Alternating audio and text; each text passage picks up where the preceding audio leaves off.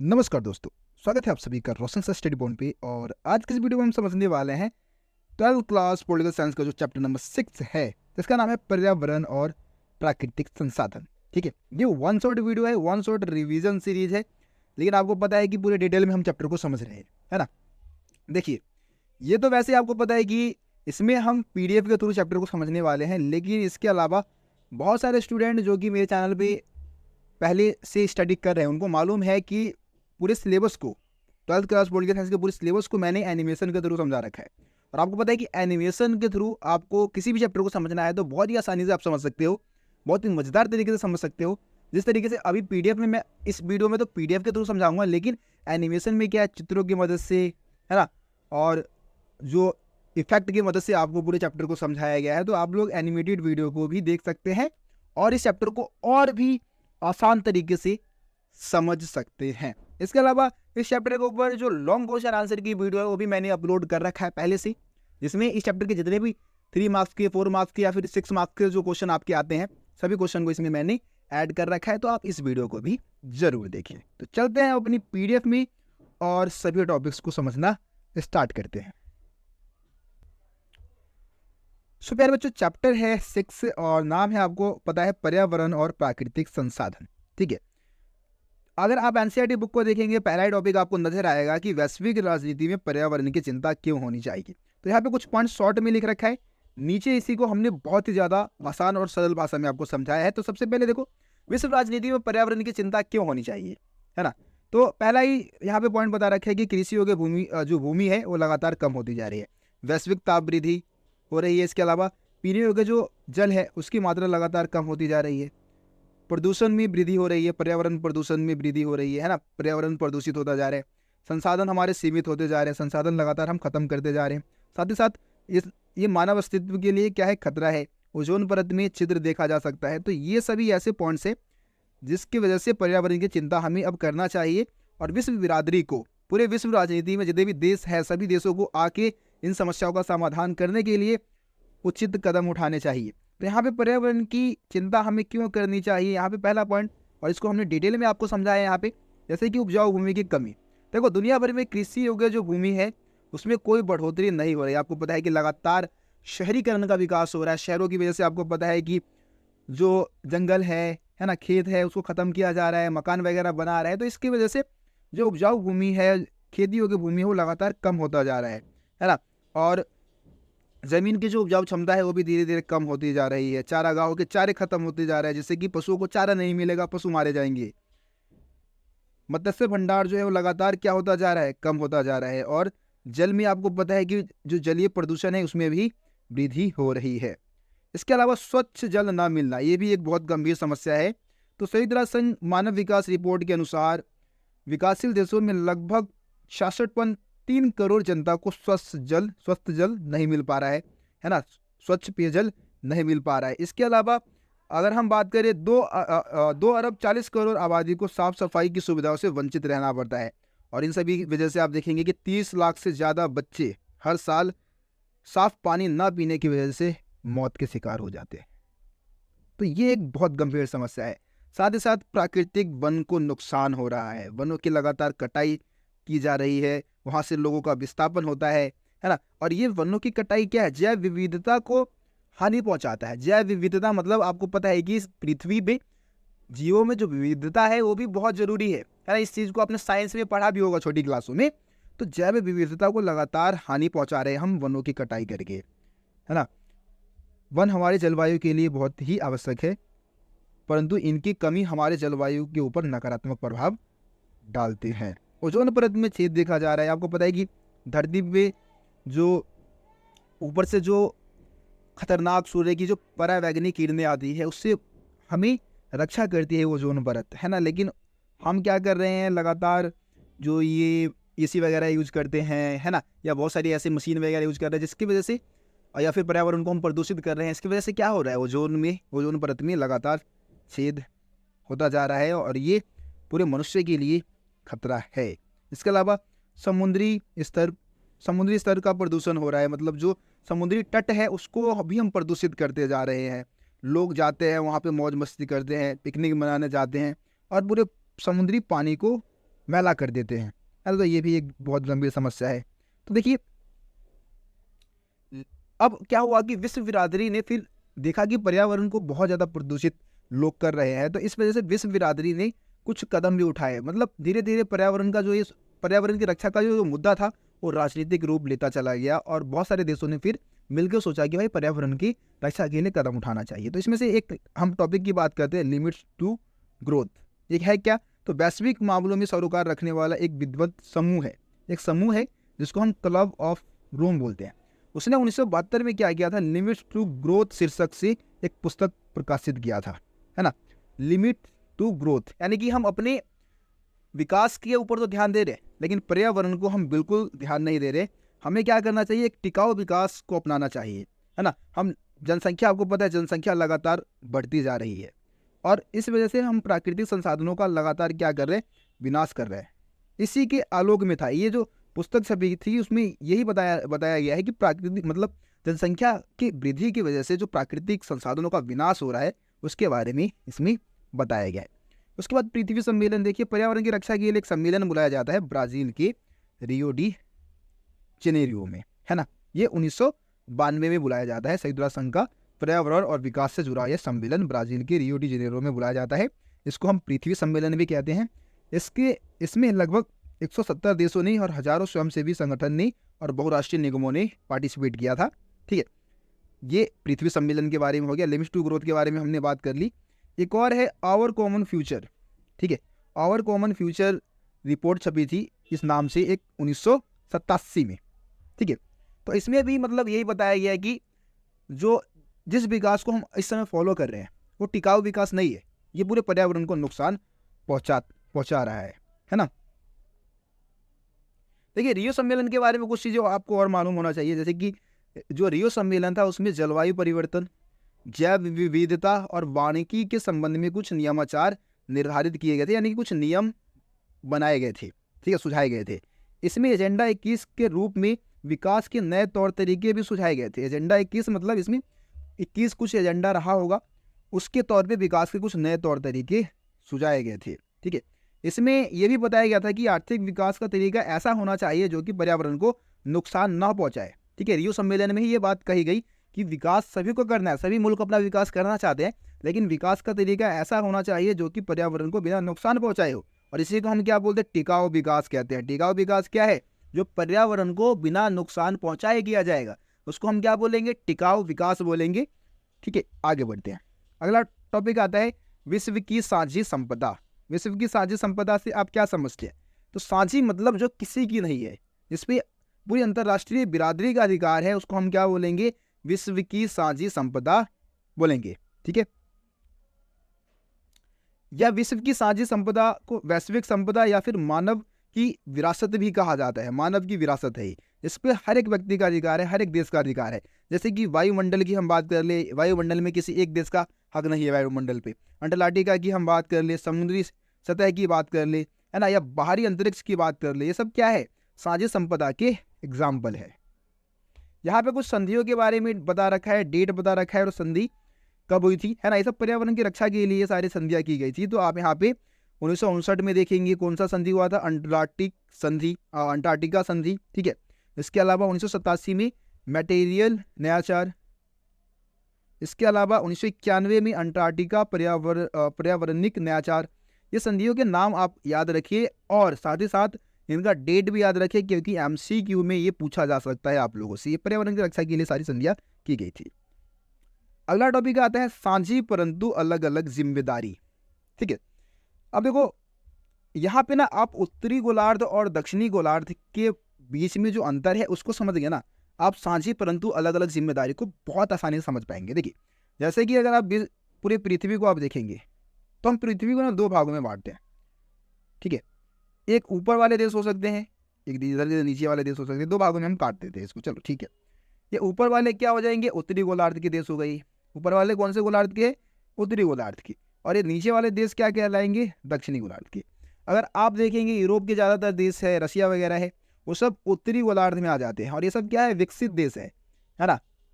ठीक है, ये सब क्या है, विकसित देश है। नीचे दक्षिणी गोलार्ध में आप जाएंगे, अफ्रीका के देश है, एशिया के बहुत सारे देश जैसे कि भारत वगैरह है ना, ये सब दक्षिणी गोलार्ध में आ जाते हैं।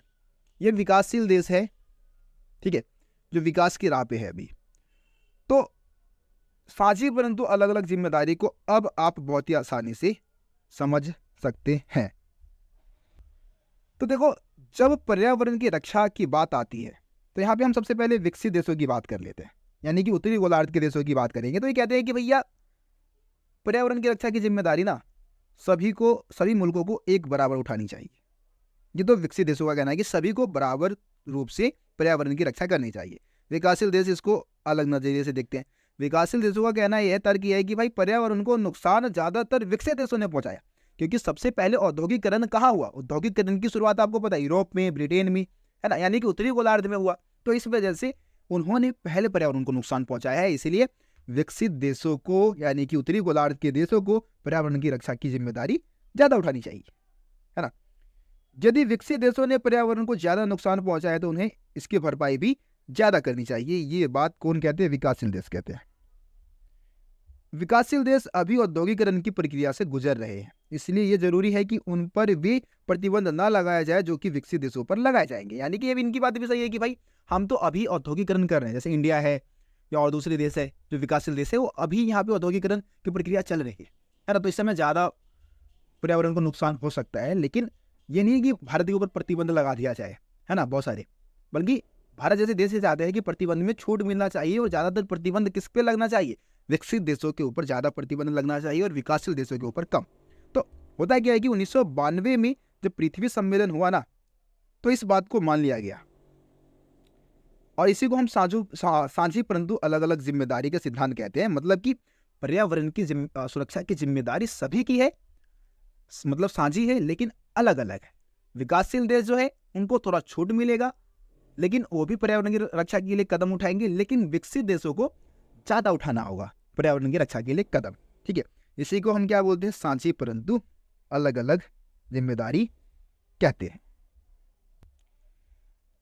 अब देखिए, जलवायु के परिवर्तन के संदर्भ में, मतलब जलवायु परिवर्तन के संबंध में संयुक्त राष्ट्र संघ का एक नियमाचार है जिसको हम United nation framework convention on climate change बोलते हैं। शॉर्ट में आप यहाँ पे देख सकते हैं UNFCCC 1992 में ये कहा गया, जो ये आपका मतलब इस संधि में, ये जो संधि हुआ था उसमें ये स्वीकारा गया कि भाई सभी देश को अपनी क्षमता के अकॉर्डिंग, और वो जितना पर्यावरण को नुकसान पहुंचा रहे हैं उसके अकॉर्डिंग उनको साझे परंतु अलग अलग जिम्मेदारी उठानी चाहिए, ठीक है। देखिए, पर्यावरण की रक्षा के लिए एक और प्रोटोकॉल किया गया जिसको हम क्योटो प्रोटोकॉल कहते हैं। एक क्योटो प्रोटोकॉल क्या है? एक अंतर्राष्ट्रीय समझौता है ना। इसके अंतर्गत औद्योगिक देशों के लिए ग्रीन हाउस गैस के उत्सर्जन को कम करने के लिए लक्ष्य निर्धारित किए गए हैं। तो ये भी पर्यावरण की रक्षा के लिए क्योटो प्रोटोकॉल हुआ था। ये एक अंतर्राष्ट्रीय क्या है? एक समझौता है ना। और ये एक तरीके से लिमिट तय करता है ग्रीन हाउस गैस के उत्सर्जन के लिए, है ना, एक लक्ष्य निर्धारित करता है, ठीक है। तो आपको पता है कि कार्बन डाइऑक्साइड की बात कर लो, आप मीथेन की बात कर लो, फ्लोरोकार्बन की बात कर लो, तो ये सारे ऐसे गैस है जो कि वैश्विक ताप वृद्धि में बहुत ज़्यादा योगदान देते हैं, है ना। और क्योटो प्रोटोकॉल इसी को सीमित करने के लिए एक समझौता किया गया। जापान के क्योटो शहर में इस समझौते पर हस्ताक्षर किया गया था, इसीलिए इसको हम क्योटो प्रोटोकॉल बोलते हैं, ठीक है। जापान में क्या हुआ था? इस प्रोटोकॉल पर 1997 में सहमति बन गई थी, ठीक है। तो ये आप समझ के क्योटो प्रोटोकॉल इंपॉर्टेंट है, MCQ में या 3 मार्क्स में भी क्वेश्चन यहाँ से आ सकता है, ठीक है। 3 मार्क्स 4 मार्क्स में जो क्वेश्चन आता है उसमें भी पूछ सकते हैं। चलिए, यहाँ पे कोई खास चीज़ नहीं है। अगला टॉपिक आता है साझी संपदा। तो साझी संपदा के बारे में हम ऊपर ही बात कर चुके हैं। ऐसी संपदाएं जिसपे किसी एक व्यक्ति का नहीं, जिसपे सभी का अधिकार होता है, उसको हम क्या बोलते हैं? साझी संपदा बोलते हैं, है ना। तो ऊपर हम इसके बारे में बात कर चुके हैं, कोई खास अंतर नहीं है इस टॉपिक में, वही बातें हैं। आगे बढ़ते हैं। पर्यावरण के मसले पर भारत का पक्ष, है ना। भारत ने पर्यावरण की रक्षा के लिए कौन कौन से कदम उठाए हैं, क्या क्या कुछ किया है भारत ने, उसके बारे में ही इस टॉपिक में हम बात करने वाले हैं। तो देखिए, भारत ने 2002 में क्योटो प्रोटोकॉल पर हस्ताक्षर किया था, जो कि 1977 लिखा गया है, गलत है, 1997, है ना। 1997 में क्या हुआ? जापान की क्योटो शहर में हुआ था इस समझौता, है ना, ये बात आप जानते हैं। तो भारत ने क्या किया? इस पर हस्ताक्षर किया, ठीक है। कब? 2002 में। इसके अलावा प्यारे बच्चों, भारत और चाइना की अगर हम बात करेंगे तो भारत और चाइना जो कि विकासशील देश है, आपको पता है, उनको क्योटो प्रोटोकॉल में, क्योटो प्रोटोकॉल की जो बाध्यताएं है, जो इसके नियम है, उसमें थोड़े से छूट दिए गए हैं। क्योंकि भारत में औद्योगिक क्रांति की शुरुआत पहले नहीं हुई, पहले ब्रिटेन और यूरोप के देशों में हुई है ना। तो उनके ऊपर ये जो क्योटो प्रोटोकॉल के जो रूल्स है उसको ज़्यादा लागू किया गया है। भारत और चाइना जैसे देशों को इसमें छूट दी गई है, क्योंकि औद्योगिकरण के दौर में सबसे ज़्यादा जो ग्रीन हाउस गैस का उत्सर्जन होता है वो यूरोप और विकसित देशों में होता है ना। इस वजह से भारत को इसमें छूट दी गई है, चाइना को भी इसमें छूट दी गई है। अब देखो 2005 में क्या होता है, 2005 के जून में जो ग्रुप 8 के देश है उनके बीच में बैठक होता है, ठीक है। अब ग्रुप 8 क्या है, देखो ग्रुप 8 दुनिया के 8 सबसे धनी देशों का ये समूह है, ठीक है। तो इसमें जैसे कि अमेरिका है, कनाडा है, आपका ब्रिटेन है, रशिया है, फ्रांस भी है आई थिंक, ठीक है। इसके अलावा जापान भी है इसमें। तो इन देशों का क्या होता है, जब बैठक होती है तो इसमें भारत ध्यान दिलाता है कि विकासशील देशों ने ग्रीन हाउस गैस के उत्सर्जन में, मतलब भारत का जो योगदान है वो प्रति व्यक्ति उत्सर्जन जो है वो विकसित देशों की तुलना में बहुत कम है, ठीक है। ग्रीन हाउस गैस का उत्सर्जन भारत में प्रति व्यक्ति बहुत ही कम है, बाकी दुनिया की और देशों में काफ़ी ज़्यादा है। अब देखिए संयुक्त राष्ट्र संघ का जो नियमाचार है, जिसके बारे में हम ऊपर बात कर चुके हैं, UNFCCC, इसके अंतर्गत ये चर्चा चली कि जो तेज़ी से औद्योगिक होते देश है, जहाँ पे तेज़ी से अब औद्योगिक क्रांति चल रही है, जैसे कि भारत है, ब्राज़ील है, चाइना है ना, उनके ऊपर क्या किया जाए, जो ग्रीन हाउस गैस के उत्सर्जन को कम करने के लिए इन सभी देशों को क्या करना चाहिए, उचित कदम उठाने चाहिए और उनको मतलब इसके जो नियम बनाए गए हैं उसको फॉलो करना चाहिए। लेकिन भारत इसके खिलाफ है, ठीक है।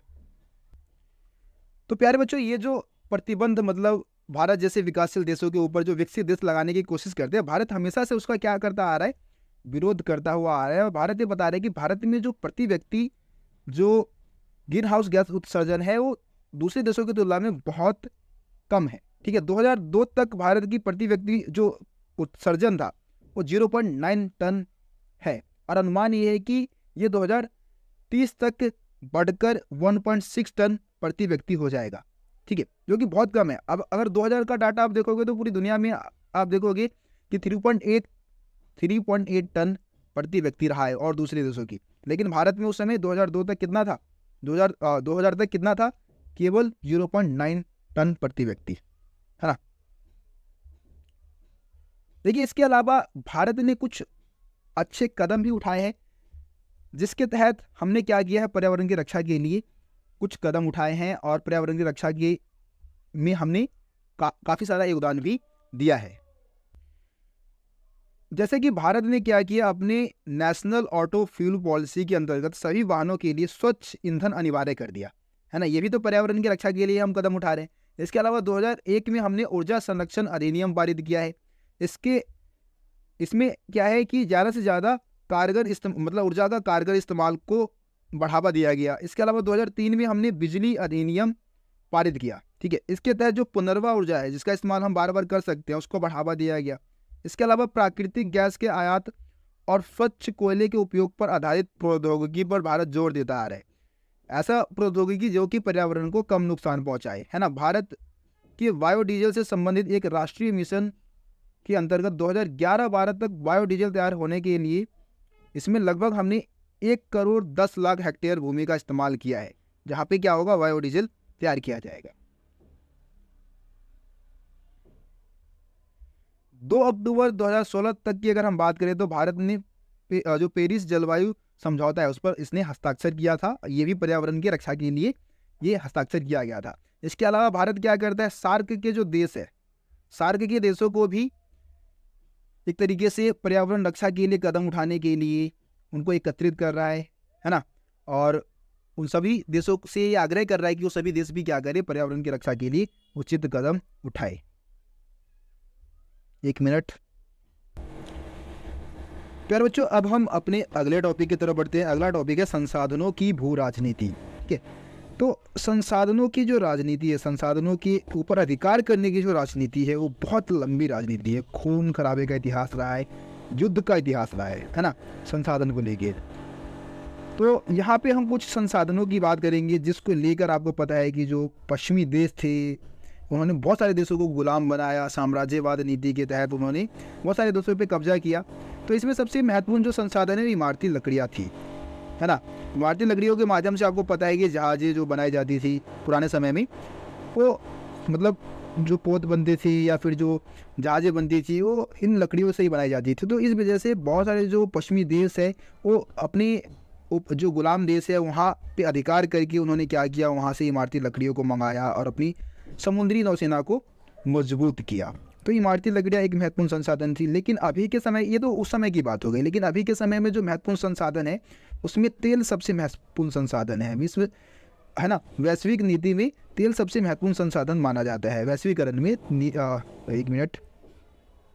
वैश्वीकरण नीति में क्या होता है कि तेल को महत्वपूर्ण संसाधन के तौर पे देखा जाता है। अब तेल क्या है, विपुल संसाधन है जो कि हर देश में नहीं पाया जाता, और इसी वजह से इस पर कब्जा लेने के लेकर कई संघर्ष हुए हैं, है ना। और तेल का जो इतिहास है वो भी खून खराबे का इतिहास रहा है। अब देखिए पश्चिमी एशिया आपको पता है, जिसको हम खाड़ी देश भी बोलते हैं, खाड़ी क्षेत्र भी बोलते हैं। तो ये जो एरिया है पश्चिमी एशिया का जो खाड़ी क्षेत्र है, वहाँ पे लगभग विश्व का जो तेल का जो कुल उत्पादन का जो प्रतिशत है वो 30% है। 30% तेल हम कहाँ से प्राप्त करते हैं, खाड़ी पार के देशों से प्राप्त करते हैं। और ऐसा माना जाता है, ऐसा अनुमान है कि लगभग तेल भंडार का 64% जो है वो इन्हीं देशों में मौजूद है, खाड़ी जो क्षेत्र है वहीं पे मौजूद है, ठीक है। देखिए सऊदी अरब की अगर हम बात करें तो सऊदी अरब का जो कुल तेल भंडार का अगर हम बात करें, पूरे विश्व में अगर कुल तेल भंडार की बात करें तो 1/4 तो भाई किसके पास है, सऊदी अरब के पास है। सऊदी अरब पूरी दुनिया में तेल का सबसे बड़ा उत्पादक है, ठीक है, सबसे बड़ा उत्पादक देश माना जाता है। और इराक का जो तेल भंडार है वो सऊदी अरब के बाद दूसरे नंबर पे आता है। इराक के पास लगभग 112 अरब बैरल से कहीं ज़्यादा तेल का भंडार है, ठीक है। तो ये तो तेल की बात हो गई।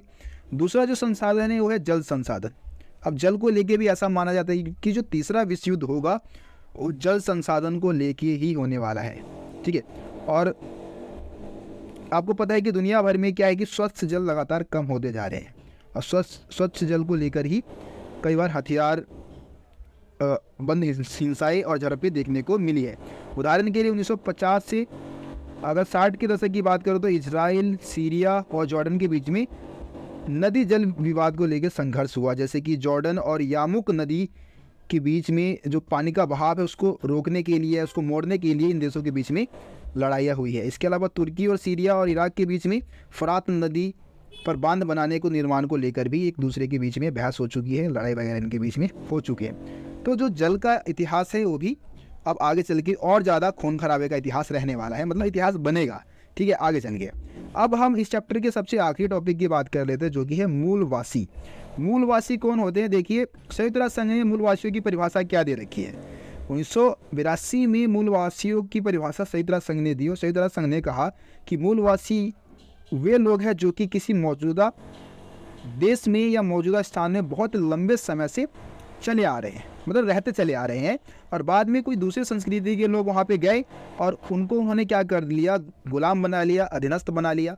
तो वो क्या है, वास्तव में वहाँ के मूलवासी है, जिनको बाहरी लोगों ने क्या किया, गुलाम बना लिया, ठीक है। तो मूलवासी उन लोगों को बोलोगे आप जो किसी स्थान पे लंबे समय से रहते आ रहे हैं, वहीं पे उनका जन्म हुआ है, तो वो मूलवासी है। भारत में 30 करोड़ मूलवासी है और ये जनसंख्या का लगभग 8% है। ये डाटा आप लोग जरूर याद रखिए। और भारत में हम मूलवासियों के लिए कौन से शब्द का इस्तेमाल करते हैं? जनजाति शब्द का इस्तेमाल करते हैं। शेड्यूल कास्ट हम बोलते हैं इनको, ST बोला जाता है, ST, ठीक है। और 1975 में मूलवासियों ने अपना संगठन भी बनाया, उसके बारे में हम अभी आगे बात करने वाले हैं। वर्ल्ड काउंसिल इंडिजीनियस पीपल नाम से आगे अभी बताऊंगा मैं उसके बारे में। देखिए यहाँ पे कुछ पूरे विश्व में किस देश में क्या क्या जनसंख्या है मूलवासियों की, तो उसके बारे में कुछ डाटा दिया गया है। आप इस डाटा को भी याद कर सकते हैं। जैसे कि फिलीपींस की हम बात करें तो कोर्डिलेरा क्षेत्र में लगभग 20 लाख मूलवासी रहते हैं। यहाँ पे चिले होगा, चिले लिखा गया, चिले, ठीक है। चिले में मापुसे नामक मूलवासियों की संख्या कितनी है? 10 लाख है। बांग्लादेश के तटगांव पर्वतीय क्षेत्र में 6 लाख मूलवासी रहते हैं। उत्तरी अमेरिका की अगर हम बात करें तो यहाँ पे मूलवासियों की संख्या 3,50,000 है। ठीक है। पनामा नहर के पूर्व में अगर हम बात करें तो यहाँ पे कितने रहते हैं, लगभग 50 नहीं होगा, मेरे ख्याल से 50,000 होगा। ठीक है, 50,000 कूना नामक मूलवासी रहते हैं। इसके अलावा उत्तरी सोवियत की अगर हम बात करें, यानी कि रूस का जो ऊपरी क्षेत्र है, वहाँ पे 10 लाख मूलवासी निवास करते हैं। अब देखो मूलवासियों की मांग क्या है। मूलवासी ये चाहते हैं कि मूलवासियों को अपनी स्वतंत्र पहचान रखने का अधिकार मिलना चाहिए, है ना। एक स्वतंत्र पहचान रखने वाला समुदाय की मान्यता उनको मिलनी चाहिए। और जो भी आज़ादी के बाद से जो भी परियोजनाएं चलाई गई है, उसकी वजह से जो उनका विस्थापन होता है ना, वो विस्थापन ना हो, उनके विकास पे भी ध्यान देना चाहिए। ठीक है। मेन समस्या इनको विस्थापन की रहती है, क्योंकि कोई भी जो परियोजना चलाई जाती है तो जंगलों को उजाड़ दिया जाता है। बांध बन रहा है तो जंगलों को उजाड़ा जाएगा, है ना। या फिर जैसे कि आपने नर्मदा बचाओ आंदोलन के बारे में सुना होगा, तो वहाँ पे भी बहुत सारे आदिवासी लोग जो थे वो विस्थापित हुए थे। तो विस्थापन की समस्या रहती है। देखिए 1970 के दशक में विभिन्न भागों में क्या होता है, मूलवासियों के जो नेता है उनके बीच में संपर्क बढ़ा और उन्होंने सरकारों से एक तरीके से अपनी मांग, अपने अधिकारों के लिए मांग करना शुरू कर दिया। इसी तहत 1975 में क्या होता है, world council of indigenous people का गठन किया जाता है। ठीक है। संयुक्त राष्ट्र संघ के सबसे पहले इस परिषद को परामर्शदायी परिषद का दर्जा दिया गया है। परामर्शदायी आई थिंक जो कि मतलब इनकी बातों को संयुक्त राष्ट्र संघ तक पहुँचा सकती है। ठीक है। इसके अलावा आदिवासियों के सरोकार से संबंध 10 अन्य स्वयंसेवी संगठन को भी यही दर्जा दी गई है। जो 10 स्वयंसेवी संगठन है जो कि आदिवासियों के अधिकारों की रक्षा के लिए काम करती है, उनको भी परामर्शदायी संगठन की दर्जा दी गई है, जो कि संयुक्त राष्ट्र संघ में कहीं ना कहीं इनकी आवाज़ को उठा सकते हैं, उनकी आवाज़ मतलब उनके लिए लड़ सकते हैं। ठीक है। तो ये आदिवासियों वाला टॉपिक हो गया, यानी कि मूलवासियों का टॉपिक हो चुका है आपका ख़त्म। ठीक है। इस चैप्टर में इतना ही टॉपिक है, ज़्यादा लेंथी चैप्टर नहीं है। बाकी इस बुक में से एक चैप्टर और रह गया वैश्वीकरण वाला, जो कि आखिरी चैप्टर रहेगा। और ये भी चैप्टर बहुत ही छोटा है, ज़्यादा लेंथी चैप्टर नहीं है। लगभग 20-25 मिनट की वीडियो में इस चैप्टर को भी हम कंप्लीट कर लेंगे। तो उम्मीद करता हूँ कि आज के इस वीडियो में जितने भी टॉपिक मैंने आपको समझाए हैं समझ में आ गया होगा। आपके एनसीईआरटी बुक में भी यही सारी चीज़ें बता रखी है, बस यहाँ पे मैंने थोड़ा सा आपको चीज़ों को आसान करने की कोशिश की है ना, आसानी से समझाने की कोशिश की है। किसी भी टॉपिक में दिक्कत है आप कमेंट में बता सकते हो। बाकी आप चाहे तो इस वीडियो को एक बार और देख सकते हो ज़्यादा समझने के लिए। ठीक है। 1-2 बार 3 बार आप वीडियो को जरूर देखें।